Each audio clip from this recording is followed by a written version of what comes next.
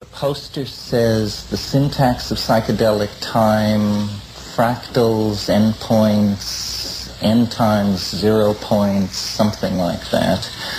What all this indicates is a set of ideas that I want to share with you that are a slightly different tack than my normal lectures. My normal lectures deal with the psychedelic experience as a generalized and historical phenomenon. But this effort at communication is slightly more personal in that it's an effort to impart one idea that came out of an involvement with psychedelic substances.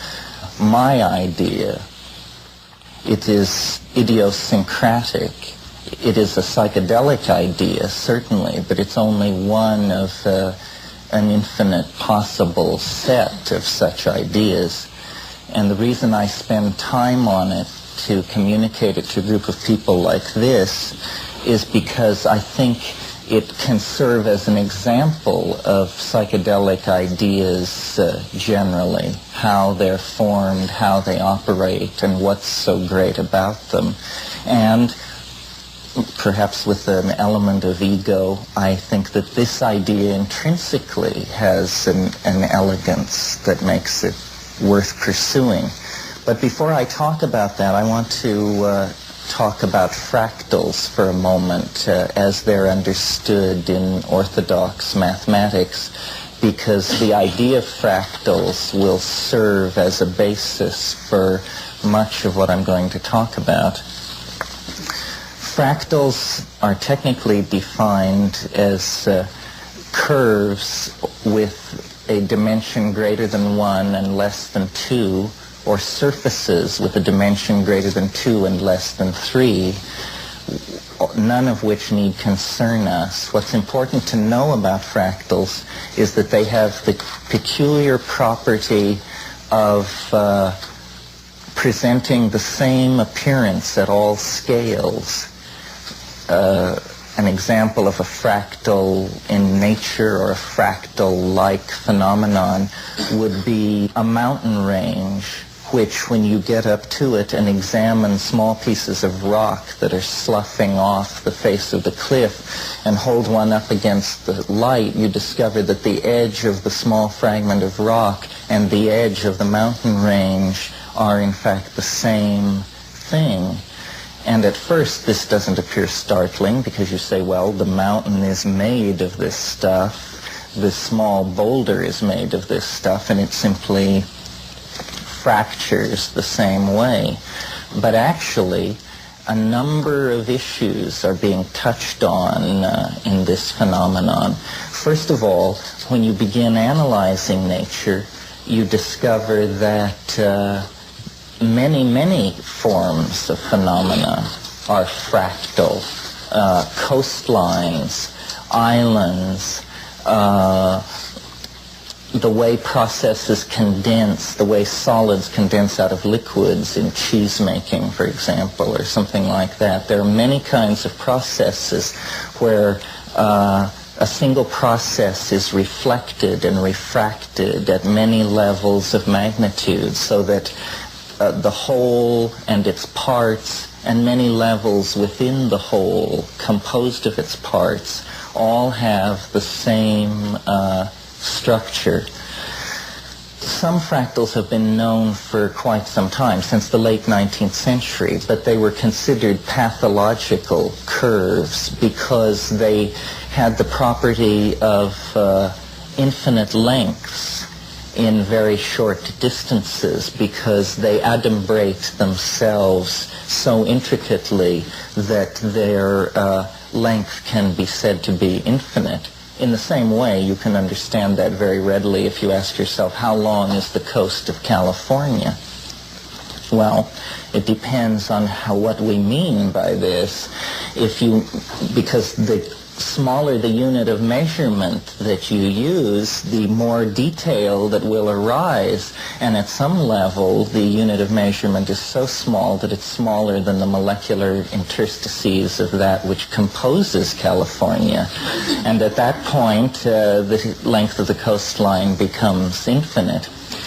Okay, so you get the drift of what fractals are and how they've been treated by mathematicians, particularly one mathematician. You can't discuss fractals without giving all the credit there is to Bernays Mandelbrot, because if you don't give him all the credit there is, he'll ask you why not. So he has invented this branch of mathematics, he has perfected it, and he's given us marvelous books where you can see these curves. And I thought about making this a slideshow because the fractals are tremendously beautiful objects aesthetically. But I decided against that because I want to hold to ideas. This is a think-along lecture, by the way, and you're free to think along at any point that you feel so moved to do so. Okay, so that's what fractals are for orthodox mathematics. The psychedelic part, and what I did with this, was I began to think about time. I've always had this idea that our physics has failed us because it is not true to experience. And every advance in physics has been gained at the expense of moving the terms of physics further and further away from anything that could be called concrete experience, so that what we finally have is an integrated set of complicated equations that we are told correctly map at the microphysical or the cosmological level the objects of nature that we're interested in, but it does not come tangential to our experience. I'm sure you've heard me say this before. So I meditated on time with the idea of fractals in the background, and I noticed certain things which are obvious, except they have implication when the idea of fractals is linked to them. And they're trivial things, really. They're things like every day is rather like every other day, and every week is rather like every other week, and every year, and to some degree every century, and to some degree every millennium. But I noticed that as you raise the ante in these temporal scales, change did become apparent.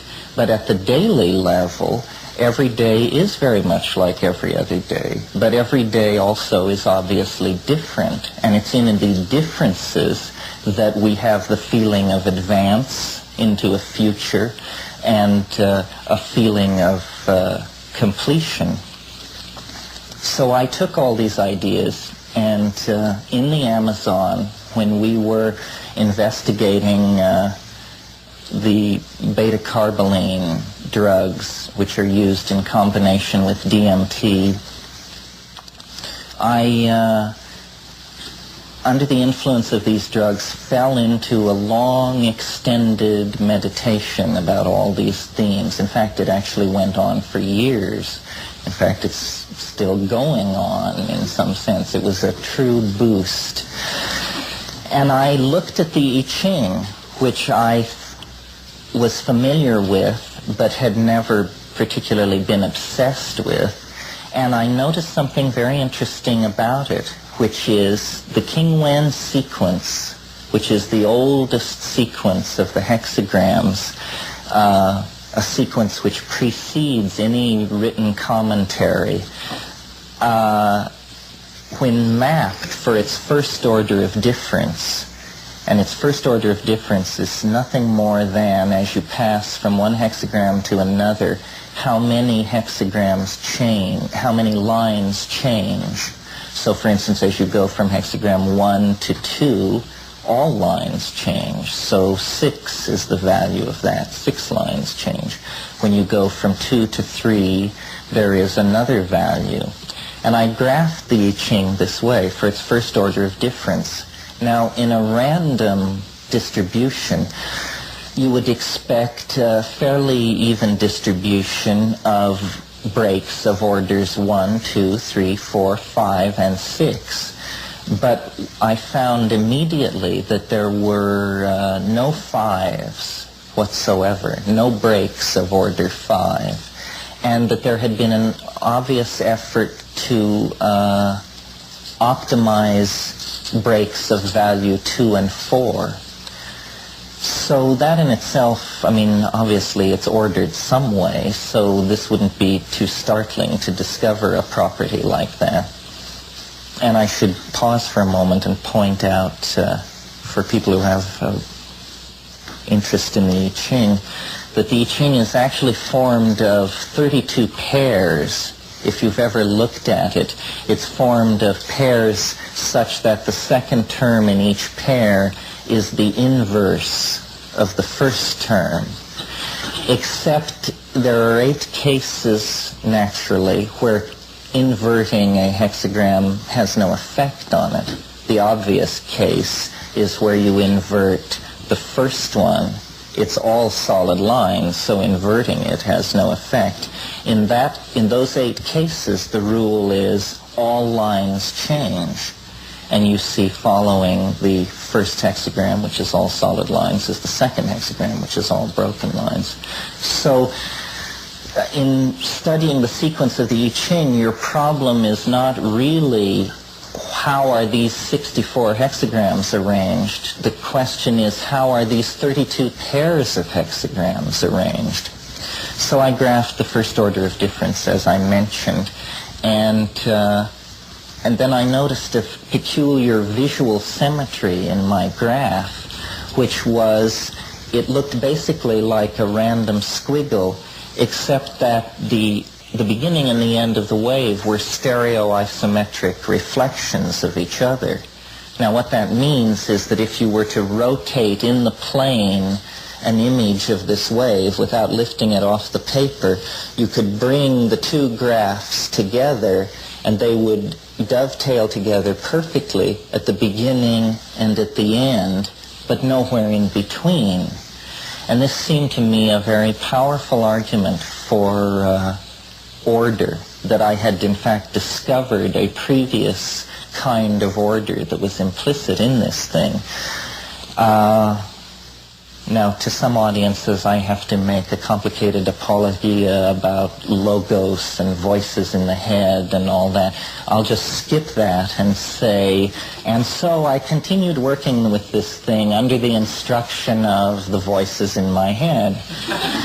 And the first thing that I noticed when the wave was fitted together in this particular way was that the hexagrams paired up so that they always summed to 64. In other words, 63 would pair with 1, 62 with 2, 61 with 3, 60 with 4, and so on. So it was as though a kind of magic square was being generated where the I Ching was additive to itself in all directions on a grid. And so I took this forward and backward running 64-term glyph or graph, and I said, aha, it is the complete I Ching running forward and backward against itself. Since it is the complete I Ching, all 64 hexagrams, all 384 lines, I will follow the principle of constructing modular hierarchies. I will collapse it to the simplest term in a system of levels, and I will treat this rather complicated looking thing as though it were a line, one of only 384. And then then from there, over a period of years and many pencil sharpenings, we went to computers and produced very complicated versions of this graph, and then found a way to mathematically quantify it so that it could be, instead of a network of lines running forward and backward against each other, it became a single line running in one direction into the future. Okay, so now what's so great about this?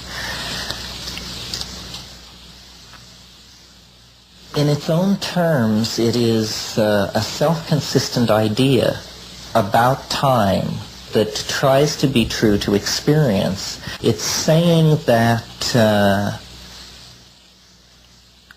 time is made of elements. It is not simply an event space, something required for things to have duration. You see, before Einstein, space was thought of as the place where you put things, the necessary adumbration of a thing having being was that it be in space. Einstein came along and said, no, time can be thought of as a surface, as a continuum, as something which in and of itself can affect the outcome of the propagation of a beam of light or an electromagnetic field or something like that. What this idea suggests is something similar about time, that time is made of elements, and that what we intuit about time is more true to the facts of the matter than what physicists are telling us about time. What we intuit about time and what astrology and all forms of prophecy and intuition and clairvoyance and all these things are the idea that we can know about time by deploying our feelings into it. And what this theory does is take what has generally been a very feeling-toned, intuitional kind of idea and mathematicize it and give it rigor and say that with a very simple computer we can predict novelty. We can understand, first of all, that what is happening in the world of becoming, the world that we all experience as beings, is that novelty is entering into being, and it is changing the modalities of the real world toward greater and greater levels of integration. And no matter on what time scale you view the universe, you see this happening. In other words, the universe in its early moments is all chaos. There are temperatures are too high to allow even interatomic bonding. So there's only a plasma of strict particles, charged particles. And then as the universe cools, atomic bonds become possible, and atomic systems come into being, which indicate a more refined level of organization. And then later, much later, molecular systems, and on another level, stellar dust and star systems and organization of large aggregates of matter. Then life. And it represents another one of these quantum leaps in complexity, which is old stuff. But something else besides a leap in complexity is happening with each of these ingressions into novelty. What is happening is a speeding up of the speed at which these ingressions are happening, so that the first half of the history of the universe, you can say virtually nothing happened. Everything happened in the last half of the universe, of the life of the universe. And about a billion or 2 or 3 billion years ago, about 20% of what we assume to be the total life of the universe ago, life appeared. And then the mammalian line, the early mammalian line appeared 60 or 70 million years ago at the close of the dinosaurs. Then we get culture 25, 30, 50,000 years ago, and very shortly after that, mathematics, and very shortly after that, electronic circuitry. And there is this compression of events, which from the point of view of the historian is the major thing that he sees when he looks at the history of the universe. But science has never mentioned this peculiar compression of events and densifying of complexity. Science takes the position that if that's happening, it's unimportant, and it probably isn't happening at all. And science goes to great lengths, though it admits evolution, to make sure that it arises out of non-teleological processes, and to make sure that it's always confined within the realm of biology, so that an orthodox evolutionist is very uncomfortable if you start speaking of stellar evolution or cultural evolution. I've heard these guys say, if there are no genes involved, you do not use the word evolution. See, they don't want to see it as a formative process touching the organic, the inorganic, the social, the psychological. I took very seriously this deepening ingression into novelty, and I said it is a physical quality of the continuum that we're existing in. It is not a loose and unconstrained tendency, but it is a predictable tendency, like charge, speed, momentum, that kind of thing. And I noticed something very interesting about the number 384, which, if you'll recall, is the number of lines in the complete set of the I Ching. The number 384 is 13 lunar cycles. There are 29.29, I believe, days in a lunar cycle, 13 of which gives you 383.89 days or something like that. So in other words, it's to within a fraction of a day, 384 days. So it suggested to me a calendar. And then I noticed that in hexagram 49, which is revolution, it specifically says the magician is a calendar maker. And then I used resonances of this 384-day solar year, resonances of 64. So for instance, I would take the 384-day year and multiply it times 64. This gives you a period of time which is 67 years, 104.25 days. That is 6 minor sunspot cycles and 2 major sunspot cycles. Plus it also, in the invisible landscape, the other astronomical correlations are made clear. When you rise to the next level, when you take the 67-year cycle times 64, you get 4,306 years. This is very close to, let's see, half of a zodiacal age. In other words, the precession of the Earth on its nutational axis requires about 25,000 years. And that is what is spoken of when they talk of the Piscean age, the Aquarian age. They're talking about how through the slow procession of the equinox, it is moving from sign to sign. And it takes about 2,000 years for a sign to be transited. So 2 signs can be transited in exactly the cycle of time indicated. I've spent so much time laying this out because I've noticed in other lectures that I've given of this theory, what has come through to people is the notion that I have a prediction about the end of the world, that I predict an end time.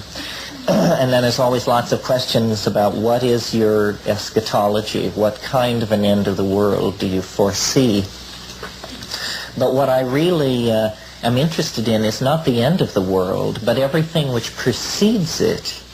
And that's what this wave is looking at. And by comparing the wave with the computer to various historical periods, defining the quality that the wave is describing as novelty, which is this form of connectedness, we have been able to get very good fit between certain historical periods and the wave.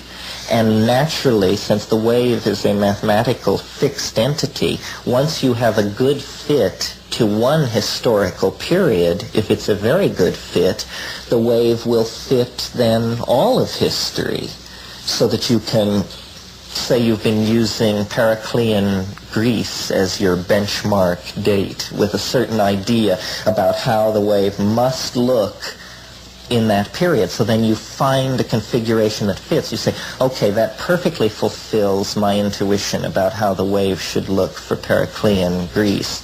However, I have an equally strong intuition about how it should look for the French Revolution. So now let's scroll forward and see how it looks against the French Revolution. And as the intuition of the fit builds, you define the number of applicable cases where the wave seems to be working. And we have done this and settled on a date, which I discussed a little bit last time, which is November 12, 2012. And someone brought up that the Mayan calendar also predicts the end of the world, whatever that means. It simply means that your calendar spins off its axis and you have to reset your clock. Maybe. It may mean something else. Whitehead, who I'm a great follower of, had the idea of what he called epochs. And he pointed out that a constant, for instance, the speed of light, we'll say, which is a favorite constant, the speed of light has only been measured for about 80 years. And yet all of our physics hinges absolutely on the supposition that this is unchanging over the life of the universe, 20 billion years. And so what sample of 20 billion years have we looked at? We have sampled 80 years in one spot in the universe. And yet from that our physics is extrapolated. Whitehead had the idea of what he called epochs, which were like bubbles in the universe of possible time. And within these bubbles, certain laws were operating, and they would operate consistently throughout the bubble. But when you passed beyond the bubble, you found a different set of physical laws operating. And very recently, this idea, I noticed, has been brought back with this inflationary nothing cosmology that's catching on, where the universe may have a false vacuum bottom and may be suspended in a much deeper, stronger, denser vacuum. But what this theory is suggesting is that there are not only epochs of very long duration, such as the epochs which were in force when temperature and pressure in the universe were such that molecular organization couldn't sustain itself. We'll say there may be very short epochs where laws manifest that are normally hidden. For instance, the puzzle of human history is something like this. 1 million, 2 million years ago, there were only monkeys on this planet, and a very advanced bipedal chimpanzee, perhaps. Now suddenly there are atom smashers and video games, Barry Manilow, all these things. And this has happened with startling rapidity. And it well may be it is because mind is manifesting, the constraints on mind as a force in nature have been lifted over the last 10 to 15,000 years, and nature and mind is claiming these new levels of freedom. And what I see happening, and this is why these lectures always seem to gravitate toward the future, is we are living in a very pivotal time. The time that we inherit from science is a time to humble you, to dwarf you. It tells you that the sun will not fluctuate for another billion years, that species come and go, and that, in other words, that on the temporal scale that you don't matter, and that now doesn't matter. But when you look at the release of energy, the asymptotic speeding up of processes. We tend to be xenophobically oriented toward the human, so what we say is that human history is taking place. But if you were an extraterrestrial lying off in your flying saucer and looking down at Earth, you would not see species. This is a Linnaean European concept that aids in the cataloging of natural products. What you would see if you saw biology is you would see a gene swarm on the planet Earth using species as the reduction valve as it flows through time, but only generally. There are many other ways that genes are transferred through episomes and vegetative propagation and this kind of thing, which doesn't need to worry us. But process and information, which is what has been happening from the very beginning. The atomic system codes and releases more information than the plasma. The molecules have a similar relationship to the atomic systems, and so on, right up to the cultural systems. And now we have reached the point where the culture is cohering, and we are becoming too big for the planet. All the natural resources are running out. All the political institutions which normally control the monkey tribe are breaking down so that every man can know everything, which makes previous forms of social organization virtually impossible. All of these things are happening, and it is because there actually is closure into these shorter epochs.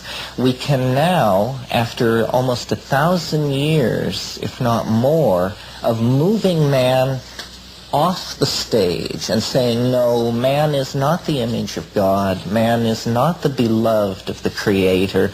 We are on a small planet around a small star off on the edge of the universe, and our fate, if we have one, rests in our own hands, if in anyone's.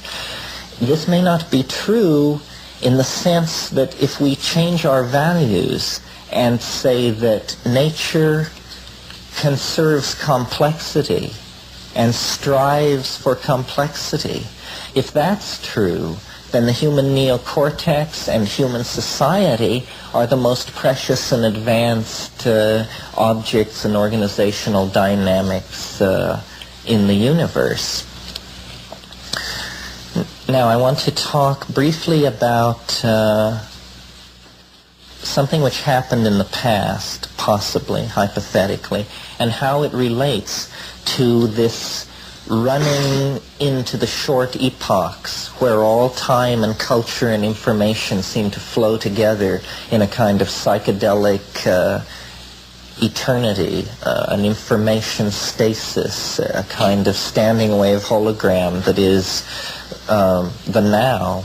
I mean, I believe the poster says, Plato says, time is the moving image of eternity, because we talked about that last time. Julian Jaynes, who was a psychologist at Princeton, talked about what he called the origin of consciousness in the bicameral mind. And he said that in pre-Homeric times,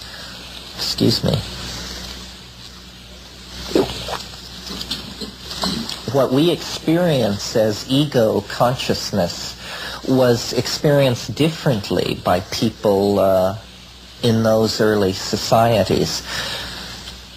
What we experience as ourselves, something which we completely dominate and somehow enfold in our bodies. This is the cultural metaphor that the self is inside the body.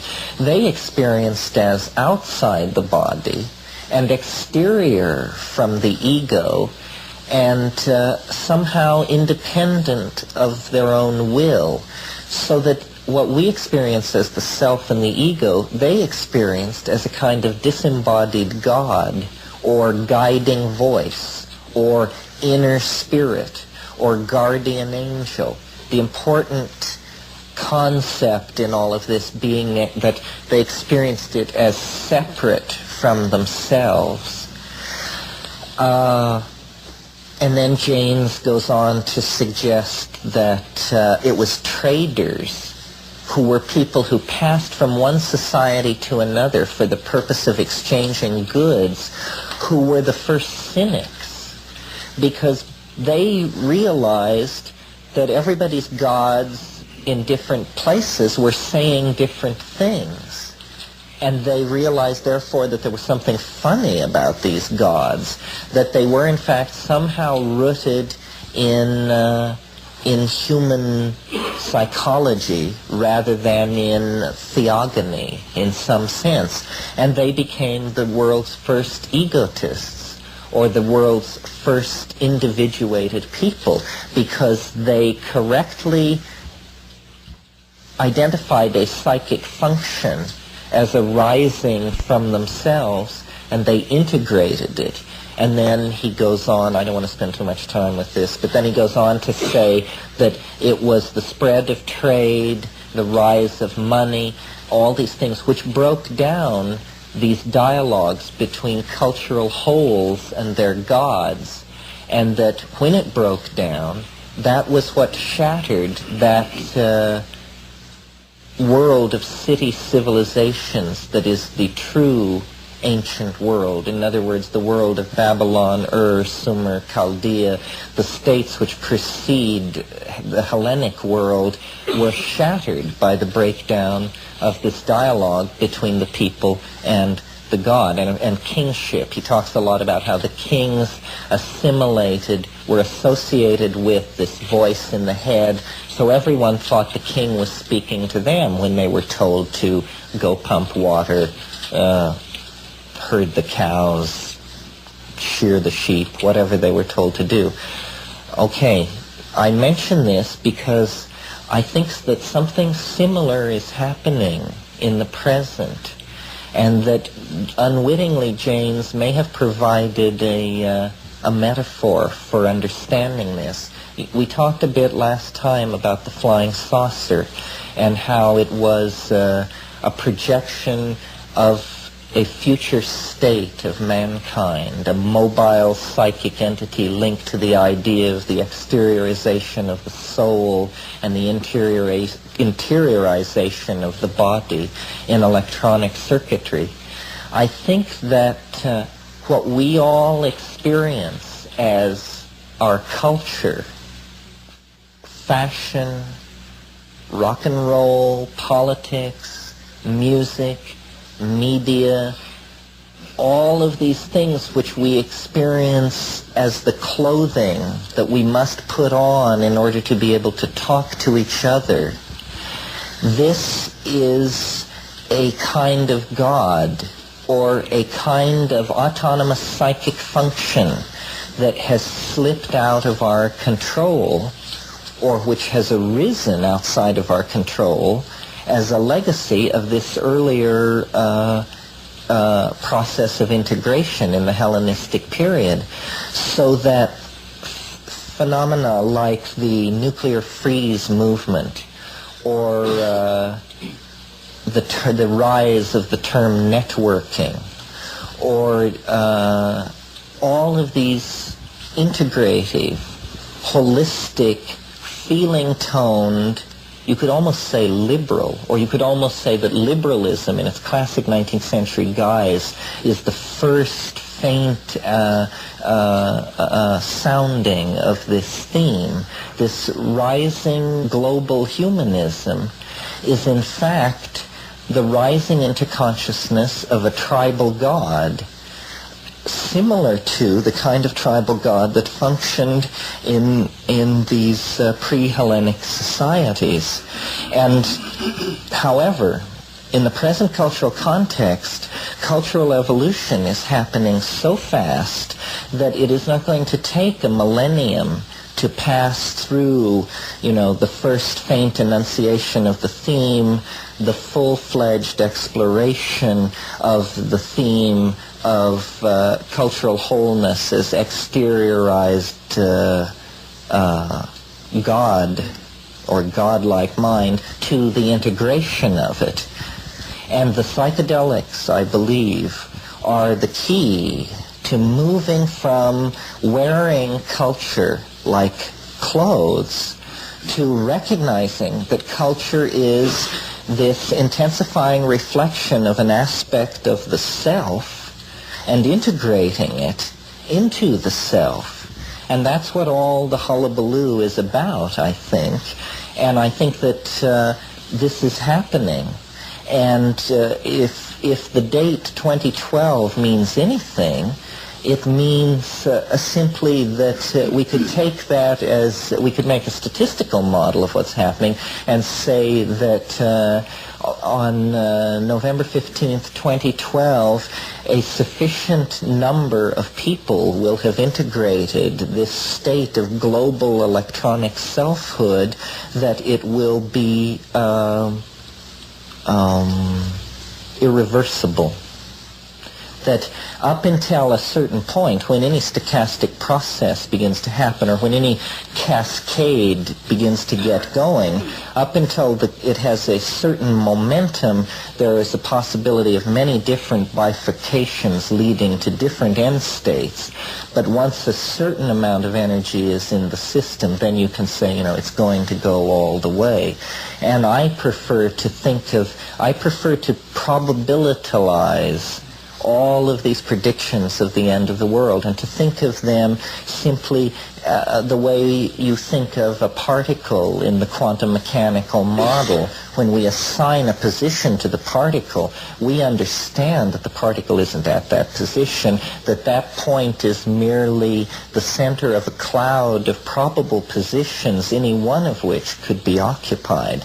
Nevertheless, outside of a certain short distance from that point, the probability of finding the particle drops off asymptotically.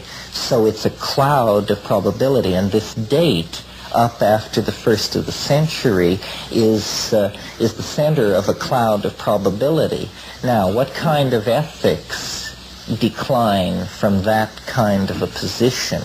It seems to me obvious that the first thing that's apparent from that is that you don't sit around waiting for the apocalypse.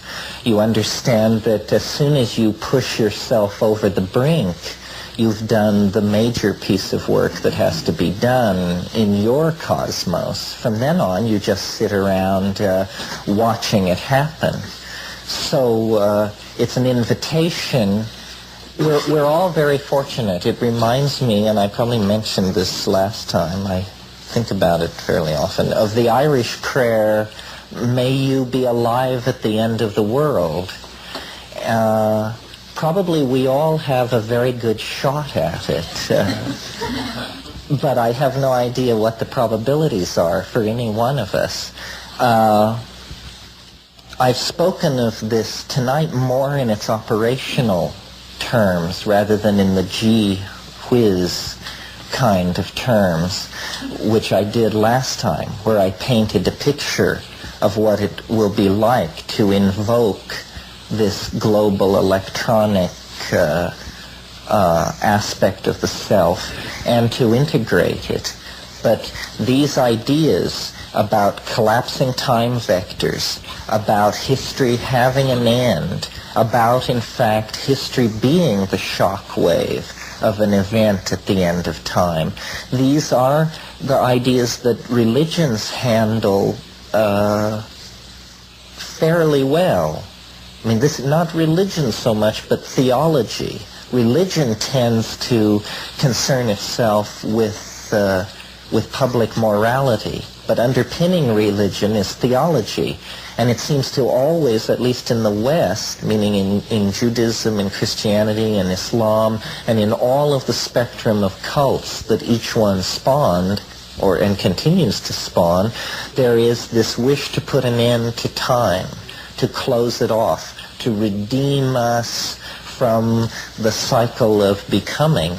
And I think that the reason these ideas are so persistent in the human psyche is because all of history can be seen in biological time as so brief that it is simply a prelude and an anticipation, so that they actually look down on their culture.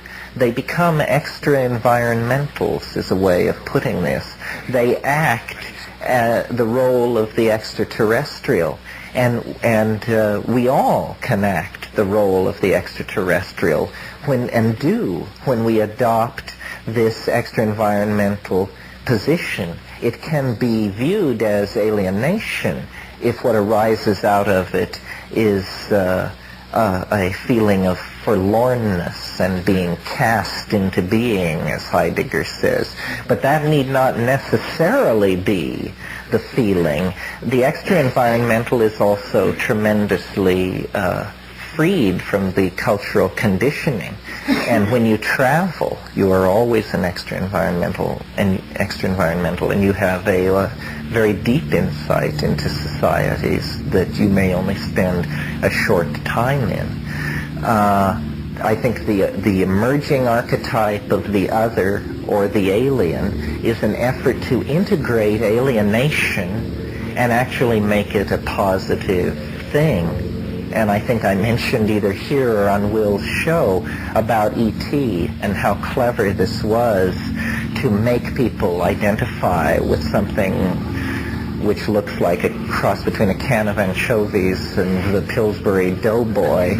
And to actually, love is what that movie is about, and it's alien love.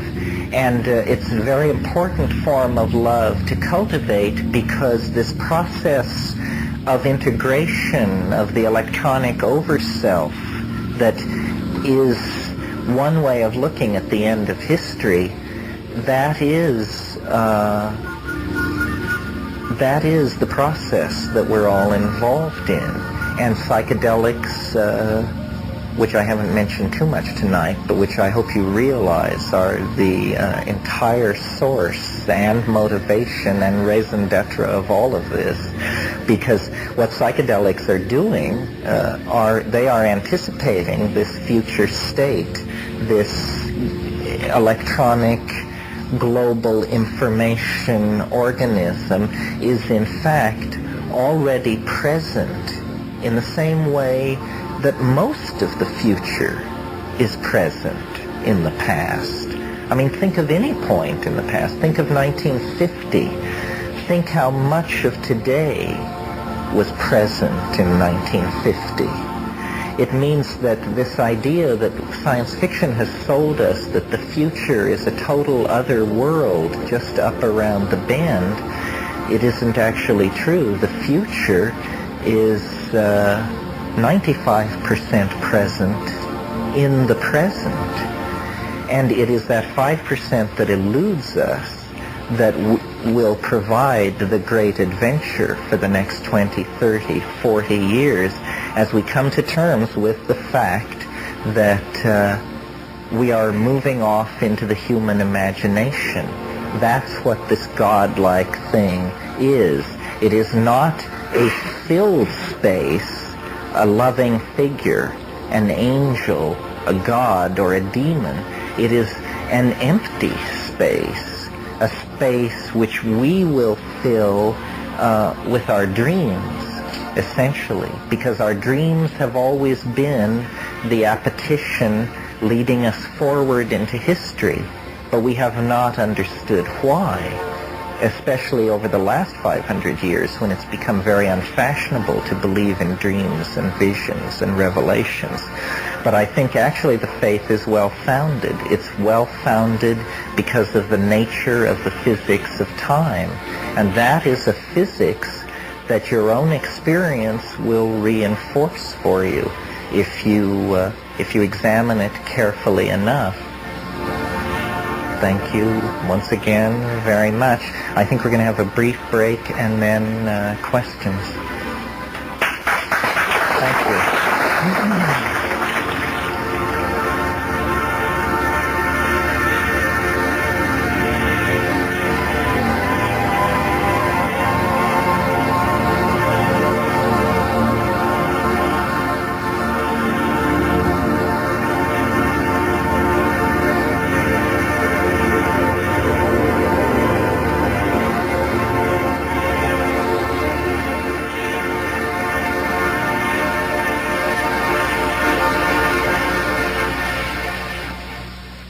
there's no question but what the human imagination has now taken to itself so much power that it can no longer remain on the surface of the planet. We sort of have to part company with the planet for our own good and for its.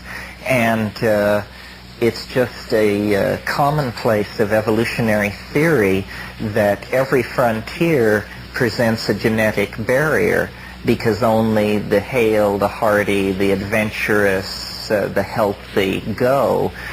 Certainly space is going to be the tightest genetic filter of that sort that has ever been laid on a human population. It's said, that the dynamics of North American society are due to the fact that we can all trace ourselves back to misfits and malcontents and religious screwballs and all these people who were out of it relative to Europe came here. A very similar thing will obviously happen in space. But your question is interesting. I can't quote him exactly, but when I spoke in Santa Cruz, Tim Poston, who's a mathematician, after it was all over, he quoted a modern poet saying, "It won't end with a statue of Jane Mansfield 50 miles high. It won't end," and he lists several things. "It will just go on. It will continue and continue and continue." And perhaps that's what human society will always be about. Perhaps there will always be a tacky element, and we will always flop on the seamy side. But I'm not sure. The things which we take to be so basic to humanness, such as all that I just mentioned, have all arisen since this hypothetical moment in Julian Jaynes' theory when we integrated the ego. Perhaps integrating the superego will actually make us stand taller and see more clearly into each other's needs. I think that the old evolutionary model, which was that evolution was the struggle of the fittest and the devil take the hindmost, is pretty much discredited, and we now understand that what is maximized in evolution is not the sharpness of the fang or the length of the claw, but the ability to cooperate with other species harmoniously.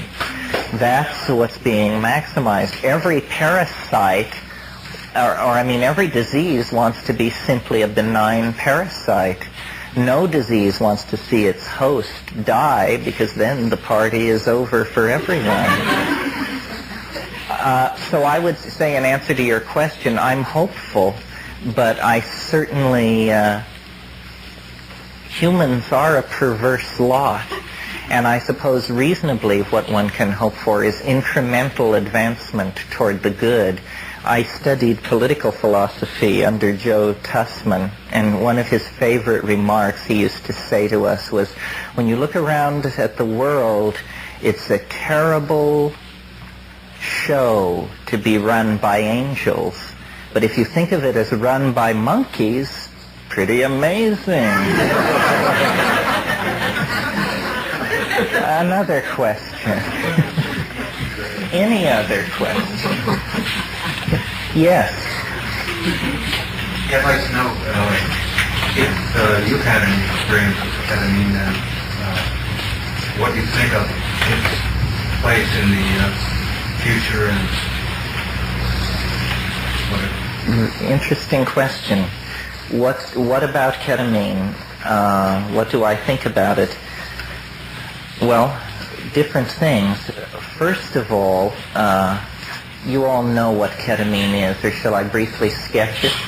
Okay, this is a psychedelic drug that's recently come on the scene that is what's called a dissociative anesthetic. It was used as a veterinary and children's anesthetic from the early 60s onward, and it was only slowly was it realized that at low doses there were peculiar psychic phenomena, and when done as an anesthetic, it's done 600 ml IV push. That means straight into the vein under pressure as fast as you can, 600 milliliters, which would be just like being hit by a truck. But when it's done for its, I don't like to say recreationally, so when it's done for its psychic effect, it's done like 100 milliliters IM into the muscle. And it's a troubling psychedelic because a lot of people, I think, are doing it who have never done any other. And I think that would be very, very misleading. When I did it, my first reaction was complete amazement that here was a category of experience that I had no idea existed. In other words, it was a slot on the bookshelf that I didn't realize was there. It is not like mescaline, not like LSD, not like psilocybin, not like DMT, not like ayahuasca, not like any of these things, and yet you cannot get away from the fact that it's a powerful psychedelic.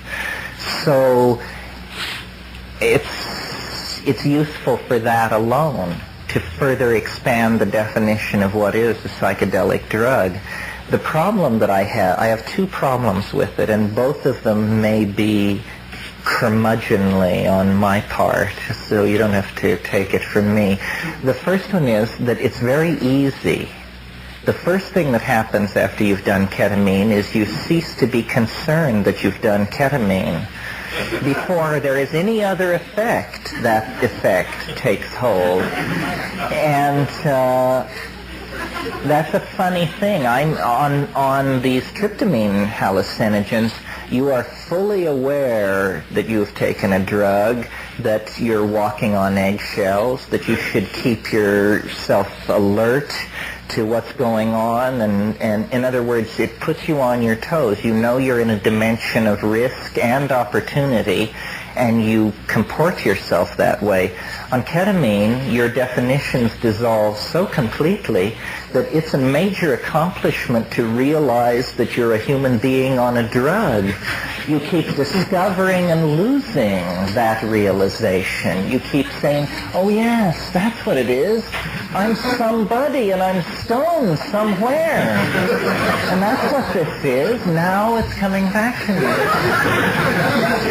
Which brings me to the second thing about ketamine, which is puzzling. And this is a problem with all psychedelic drugs, but you have to sort of get a life strategy for dealing with it because it's important to overcome.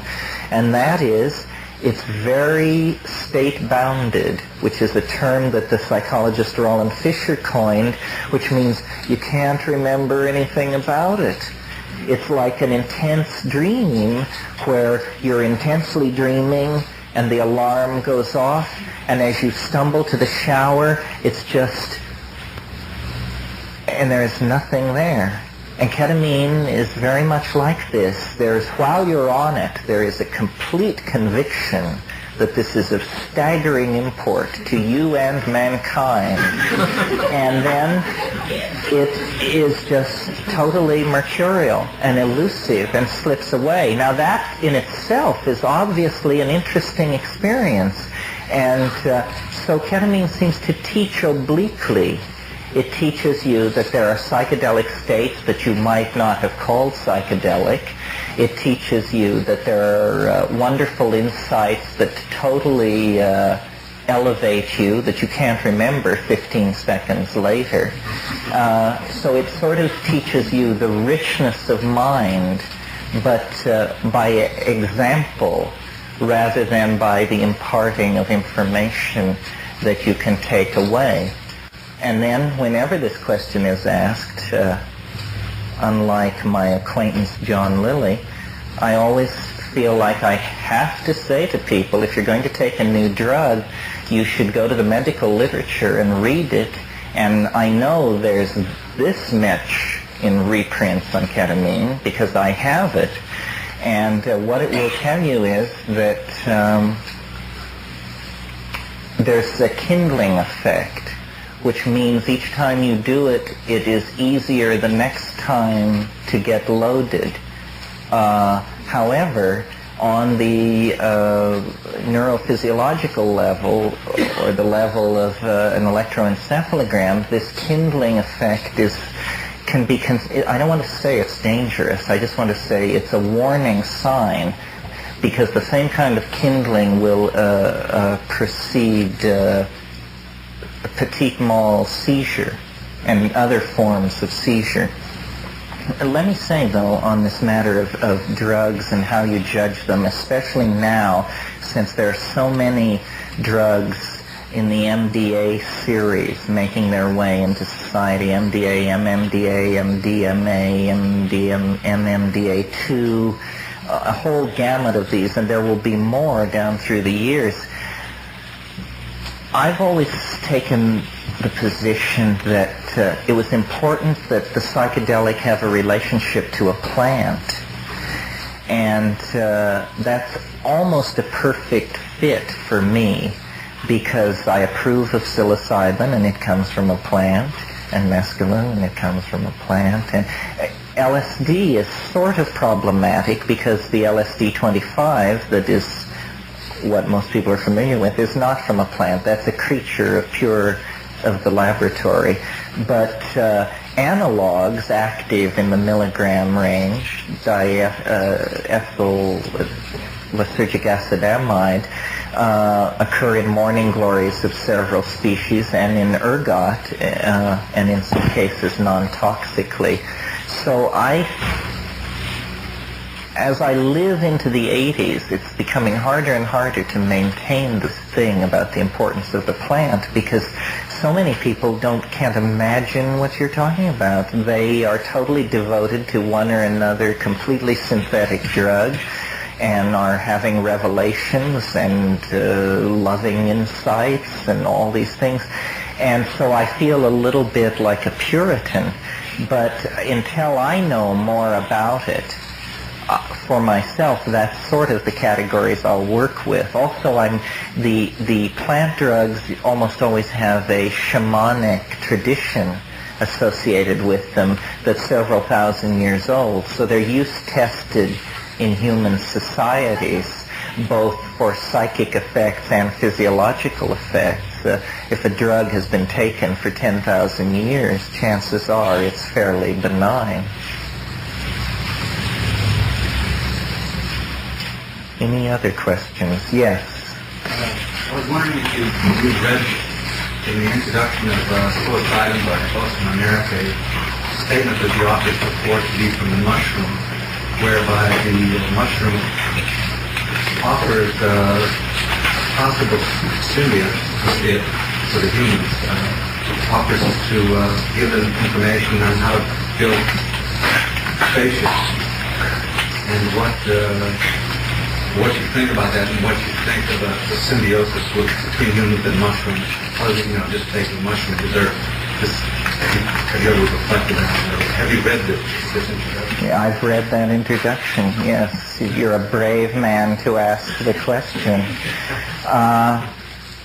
Oh no, I shouldn't kid you. I wrote the introduction. Because I am Otios and my brother is Owen Eric. I can tell you this now because this book is going out of print. Well, when we wrote that, that was straight transcription. That's what the mushroom said. I don't know exactly what to make of this. These things stretch our categories because because it deals with our own definition of humanness. It's curious that the psilocybin mushroom that my book is about, or that our book is about, occurs in the dung of domesticated cattle, the Indian humpback cattle, Bos indicus, so that it has been since very early in human history, in a sense, a symbiote of man, because a symbiote of a domesticated animal which man had a symbiotic relationship with. And when you study symbiosis among lower animals, you often find this situation where it isn't simply two species involved, but three or even more. The mushroom has this peculiar ability to invoke or allow or trigger a voice in the head, this logos-like phenomenon of information unrolling in your head. No other drug that I'm familiar with does that consistently, and our model of what psychedelic drugs should do has no room in it for this. Our model of what psychedelic drugs should do is derived from Freud and then secondarily from Jung. From Freud we derive the idea that the psychedelic drug should introduce you to neurotic thought processes, repressed memory, traumatic experience, guilt-laden incidents that have been forgotten, this sort of thing. From Jung, we inherit the idea that beyond that there is a landscape of myth, and that we will encounter the great mythological motifs of the collectivity of the human psyche. But what psilocybin seems to be saying is that yes, these two areas do exist, but beyond them and far larger than them, if we can speak of such dimensions in terms of relative size, there is an area which has very little to do with humanness, collective or particular. It is simply like a landscape. It is a world in the mind, but not related to our neuroses or our religious, totemic and mythological figures. It is in fact highly independent of the human ego, but nevertheless discoverable through these drugs. And in those dimensions, we come up against things like the voice of the mushroom claiming to represent a galactic form of organism, or what are conventionally called angels or demons or jinns or afrits. In other words, these traditional but rarely encountered by modern people autonomous forms of psychic existence. And we have no models for those things. For our civilization, the other, if it exists, can only come from the stars, in ships. It must be a carbon-based life form with the political and social and intellectual aspirations similar to ourselves. Science is not yet ready to entertain the idea that all points in our universe may be cotangent, that every form of intelligence in the cosmos may have the potential to communicate with every other in the here and now. Simply because to do this, science would throw open a floodgate of information that it cannot deal with. The repression of magic has been a very important part of science's program for explaining the world. Not because science has anything an intrinsic antagonism to magic, but simply because magic, if tolerated, would unleash more information than any scientific theory can cope with.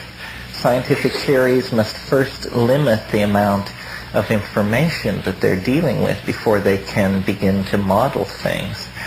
So in answer to your question about the mushroom and its role in human history, I've gone through many changes about this since the mushroom began talking to me, since I wrote that foreword. I have a manuscript now, which one of the titles that we toy with for it is Alien Intelligence and Psilocybin, although it probably won't be called that. A lot of what it deals with is the fact that postmodern people, which is you and me, are getting in touch with something which the modern worldview cannot handle at all. For modernity, voices in the head are a clear instance of pathology. And yet for the Hellenistic world and the postmodern world, voices in the head are a clear aspect of following the path. And this was classic before the rise of the forms of reductionist thought that characterize modern thinking. Socrates had a demon. He mentions it many times. It told him what to say. It helped him with what he should think. And it was a commonplace for sages and philosophers of that time to make that kind of claim. Psilocybin places it within the reach of modern people, but it also, by so doing, serves to demonstrate that the old models of psyche, Freudian and Jungian, just won't serve. I don't think that these things can be reconciled very easily. I think science, if it's going to take up the Enochian tables and that sort of thing, is going to transform itself to the point where it will no longer be science.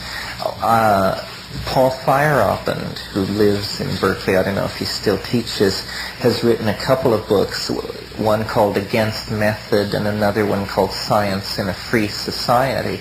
And he makes the point there that science has really become an enemy of the free society simply by virtue of the fact that it wishes to arbitrate all models, so that somebody says, well, I believe the universe is such and so, and everyone says, well, go ask the scientists if it's true or not.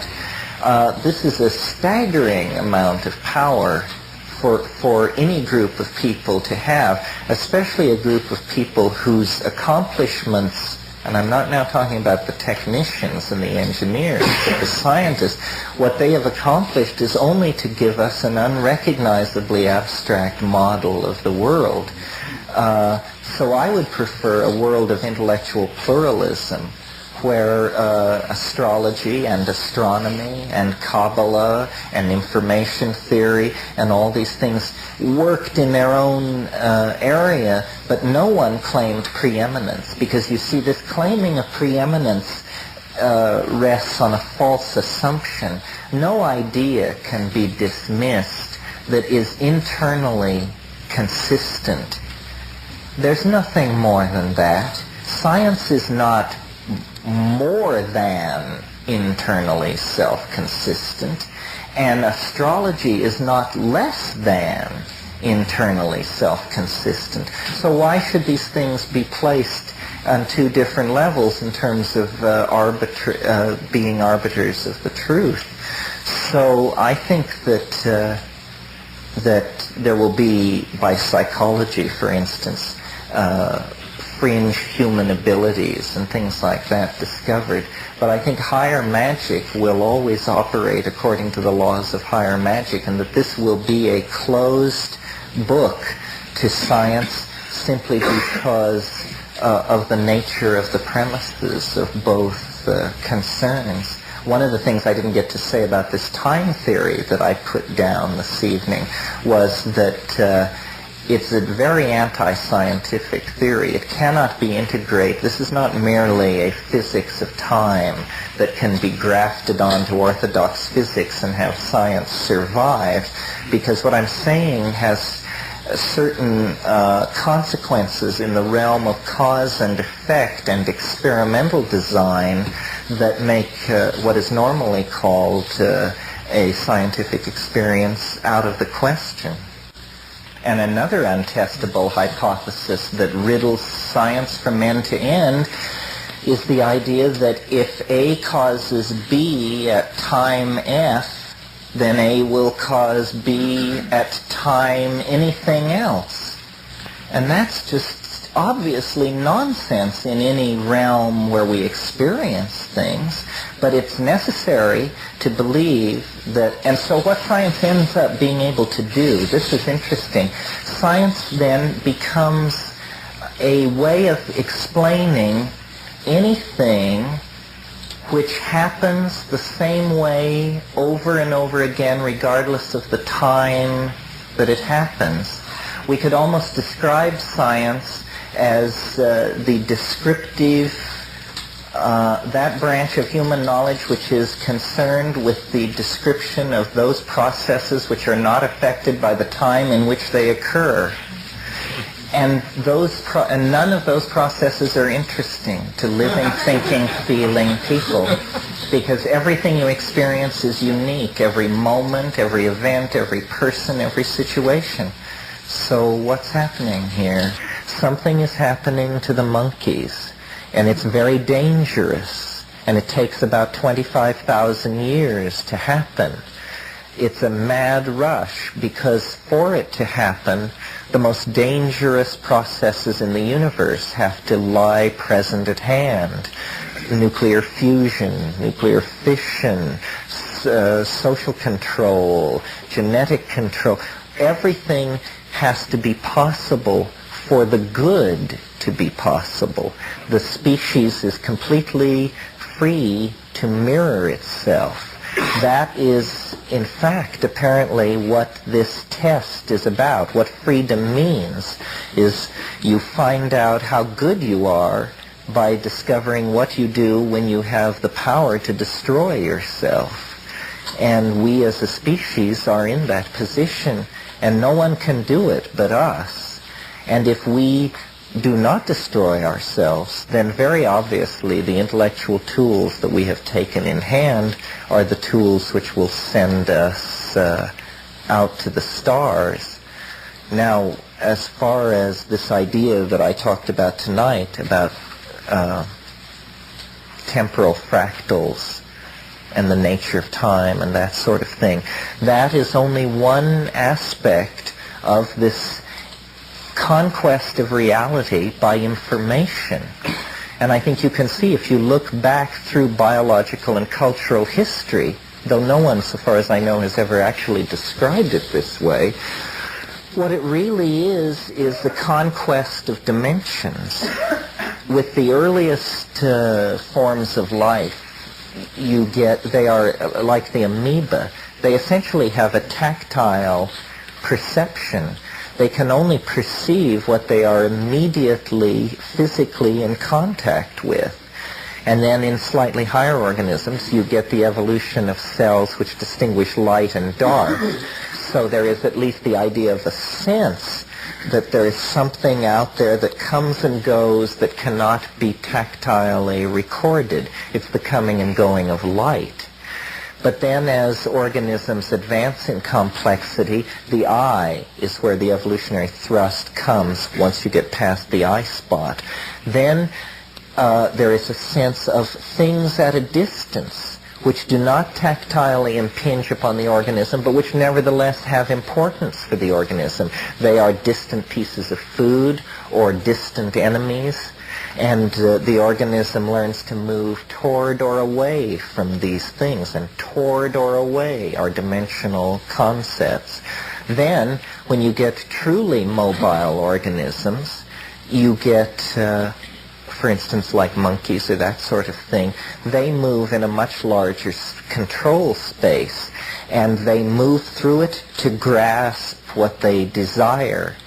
And you get the evolution of a tactile sense that is under the control of the eye. And then that essentially ends with the binocular vision and the bipedal locomotion. That ends the conquest of physical dimension for biological objects. But you then get language, which seems to have something to do with time, because language allows memory and the recollection of memory, so that past states can be brought to bear on the present with an eye toward anticipation of the future. And suddenly you realize that what language is allowing this organism to do is to claim a whole new dimension. Language, then, is a dimension exploring vehicle of some sort. And to what degree, we don't know. Because, for instance, obviously, as animals, we contact the dimensions past and future These are dimensions with great importance to an animal because what you learned in the past may keep you from being eaten in the future. But then once you have the luxury of civilization, we get language applied to subjects which are neither related to the past nor the future, like mathematics. And mathematics is a language which has gone out and described multidimensional spaces. I think that nothing is more exquisite than the interior music. And all music is obviously an effort to approximate this interior music. And I don't know if it's apocryphal or not, but I'm sure you all know the story of Beethoven saying, you know, if you could hear what I can hear, you wouldn't bother with what I've written, because it's just compared to what I'm hearing. You have to, it's a knife edge, because the music does lead deeper into these visionary states. But I still think that once you are where you want to be, that if you can cast loose from exterior musical input, that this interior music will rise into perception and reward you for that. The way that I take psychedelic drugs seems very natural to me, but then when I describe it to groups of people like this, I realize that people have all kinds of styles, and this has caused the psychedelic experience to be sort of blurrily defined in the mass mind. My idea of how you take a psychedelic drug is that you reduce sensory input as low as you can without the reduction itself becoming an impediment. In other words, I'm not talking about isolation tanks and all that. I'm just saying a dark, quiet, calm, cool, empty room is the best kind of situation. And some of the most interesting trips that I've had have been to the accompaniment of a single sound, which is simply a drone. It's like the bindu, the seed, around which then the multiplicity of the hallucinogenic vision can gather itself and constellate. I mean, I blush to tell you this, but some of my most interesting trips have been to the accompaniment of my floor heater, which makes a buzz like a refrigerator, and that buzz becomes, you know, the cutting edge of a light, which is like a comet giving off in the eddies of its trail hallucination, all the hallucinations there are. So I think that music is intrinsic to everything that we're talking about. We are aspiring to the condition of music, and we need music, therefore we should have it as an exterior input when we can have it no other way. So saying that that I don't listen to music during those states is not a put down of music. Music is obviously the ideal, because it is one of these tonal languages that you understand by hearing. It is an Ursprach. It's a language of emotion.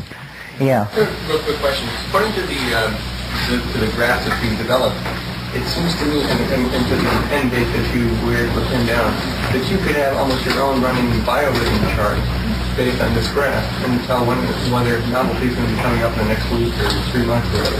Have you gone that far? Oh yes, definitely. One of the things that I do is I have a counseling service called Anamnesis. And the reason I organized it as a counseling service was because I wanted people to interact with my wave on the level of their personal history, and I didn't want them to be contaminated by being my friends. So I basically just advertised this service in Common Ground, which says something about understand novelty in your life, maps of the past and the future, this and that, and then people come to me and I interview them about their life, and we search the wave for a good fit to their life, and then we integrate their wave as a statistical component of the larger wave, and then we can make maps of the present, the next 6 months, the next 10 or 15 years at different levels, and then people live it out and see if it works. See if when the graph indicates novelty in their life should be increasing, it is increasing, and when it shouldn't be, it doesn't. It's like I've invented a one-term form of astrology. It only talks about novelty. It tells you when it will go up, when it will go down. It doesn't in any given situation say what will happen. It only defines the level of novelty that must be fulfilled by whatever happens.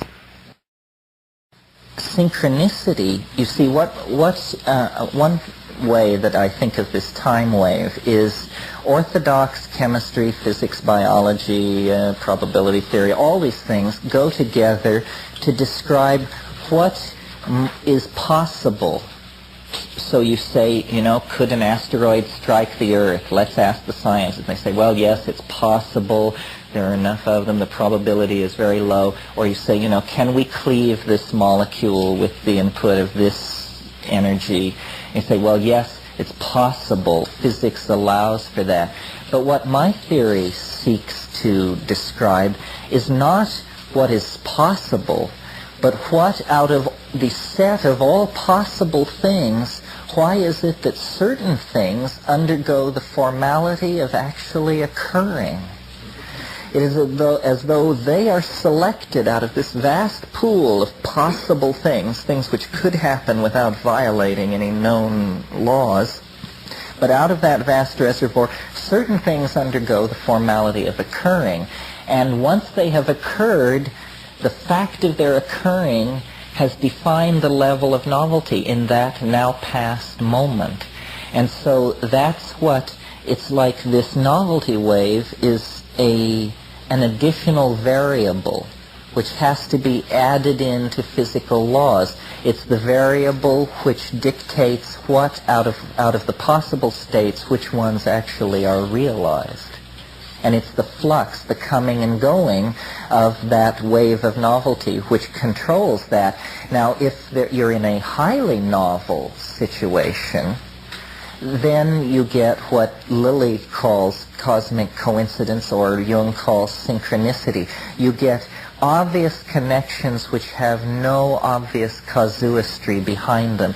They are connected through meaning, not through the chain of cause and effect.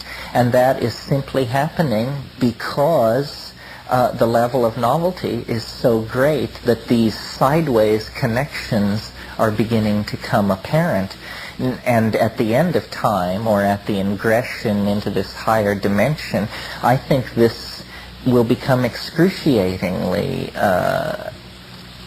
present in the foreground of our experience. In other words, synchronicity is getting stronger. Coincidence is getting stronger.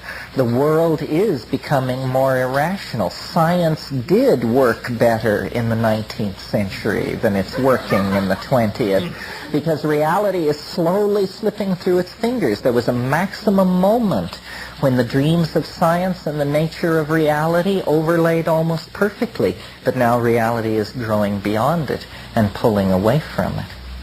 And I think soon I shall be pulling away from this meeting. Thank you very much. The Platonic doctrine, that scene where Plato proves that the slave understood geometry without ever having been taught by asking him certain questions.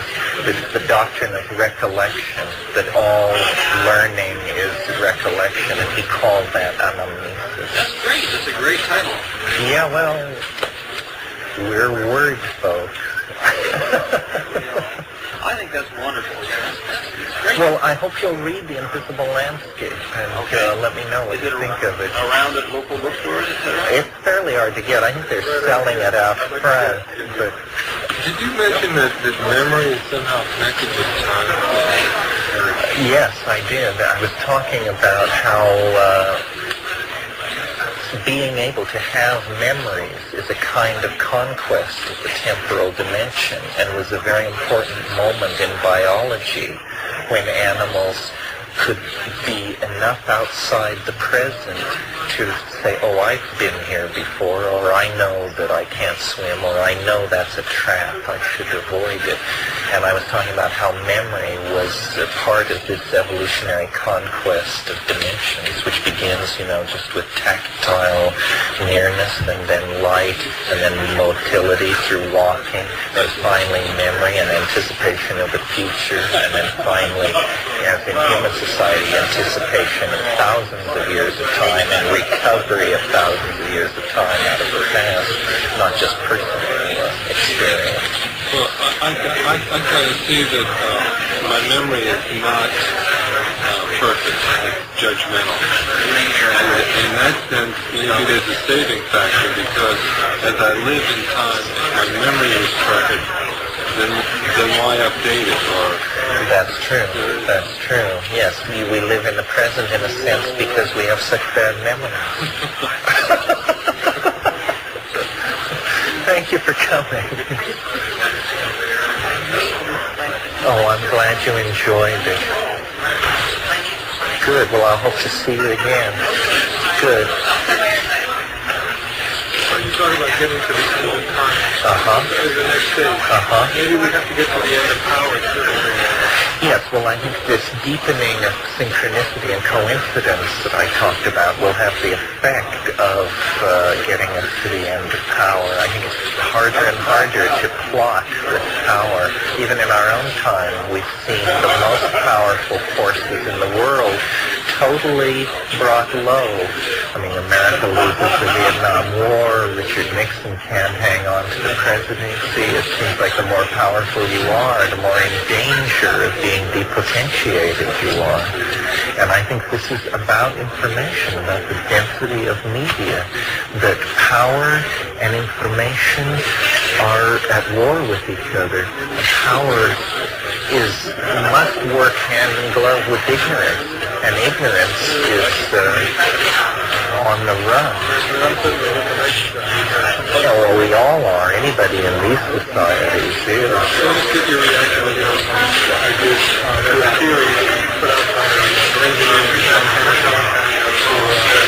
He says that we're coming to the end of the integration theory and about to enter the United States.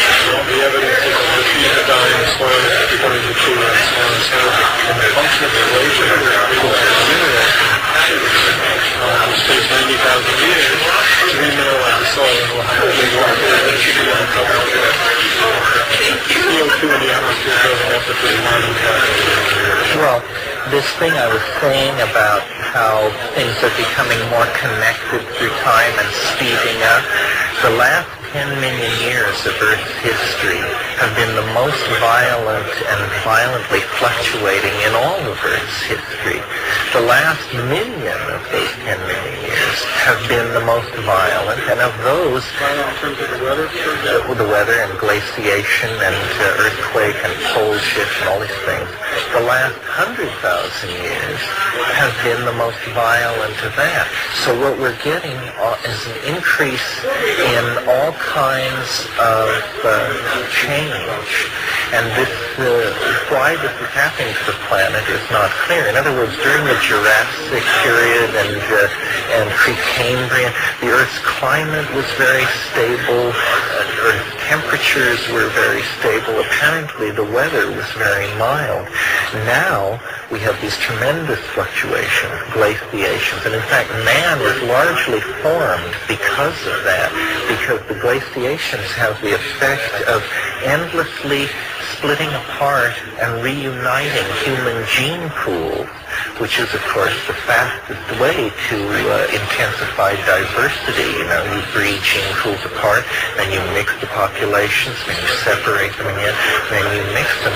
And this is a major formative factor making man.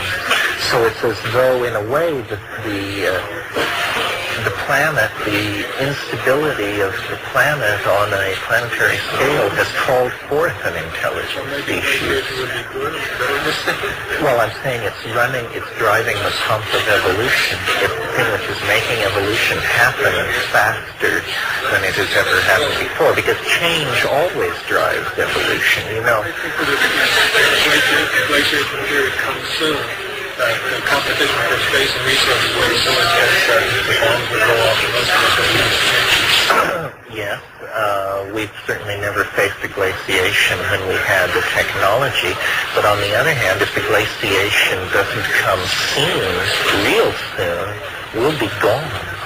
You know, well, in another 100 years, Gerard O'Neill suggests the major population center by 2050 could well be the Jovian moon system.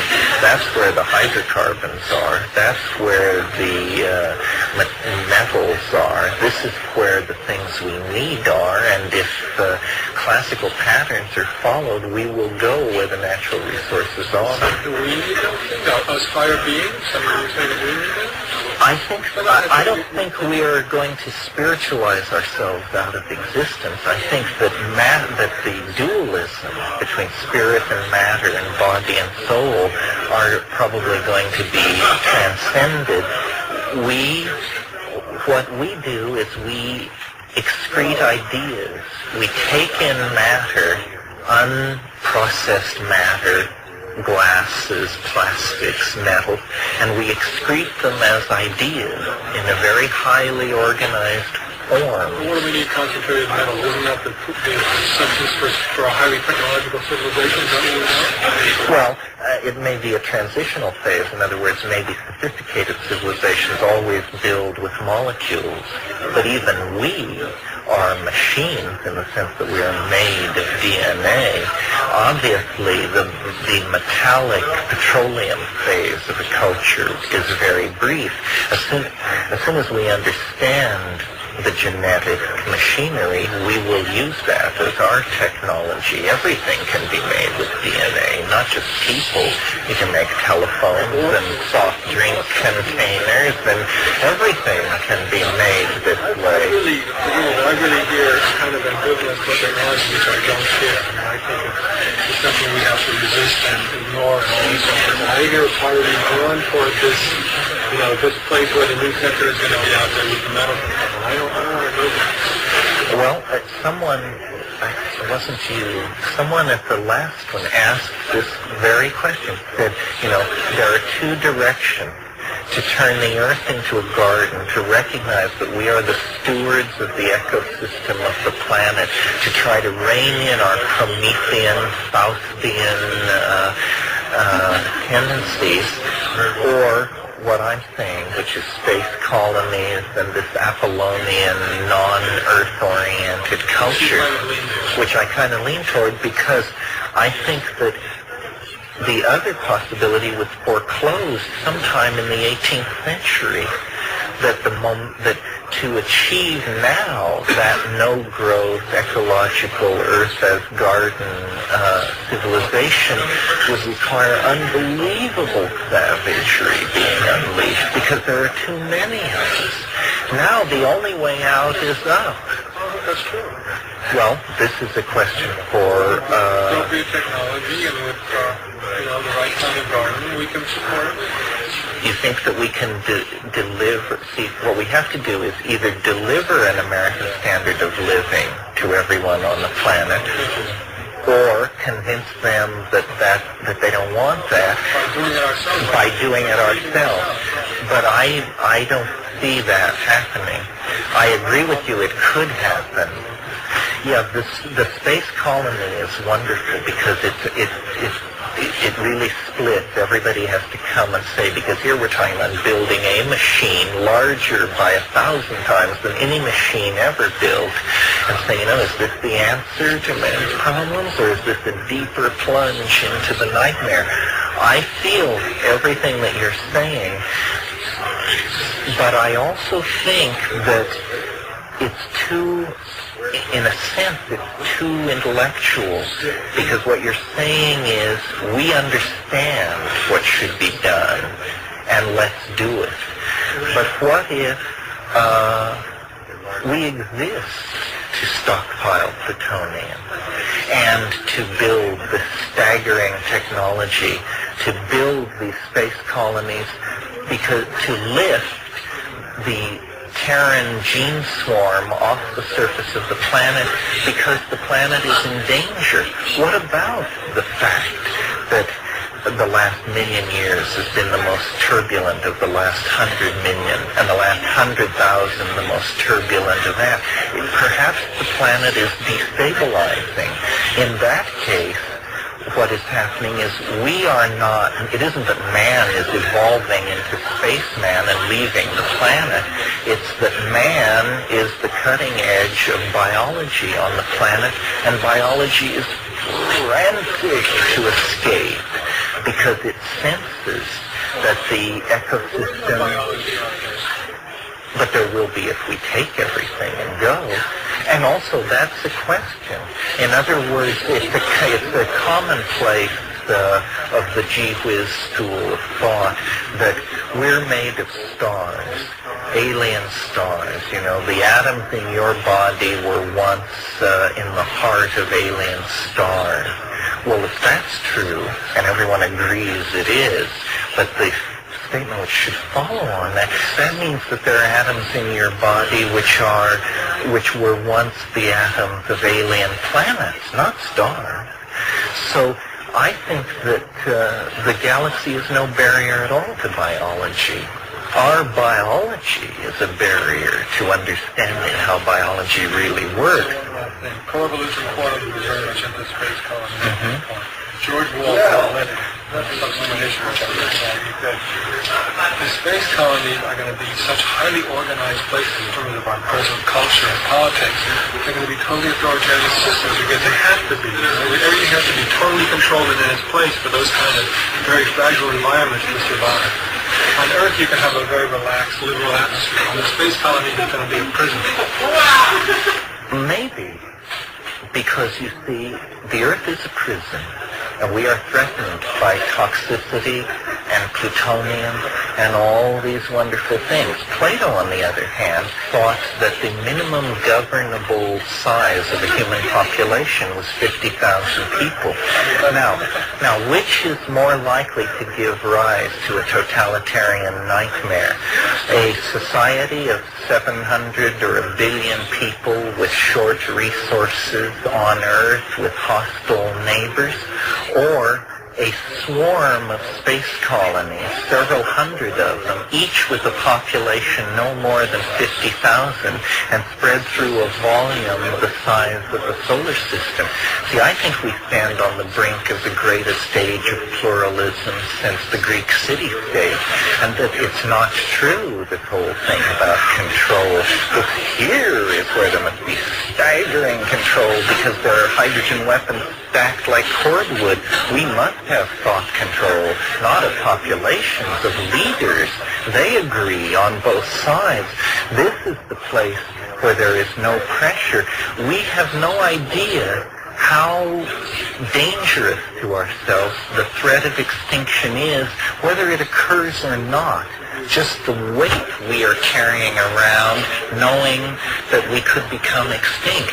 If there were 100 space colonies spread through the solar system, man would be a galactic species. There would nothing short of the explosion of the star could threaten all genes aboard the space colony, and everybody will go. We are simply the guy who gets to push the go button. But the animals, the plants, the bacteria, the fungi, everything.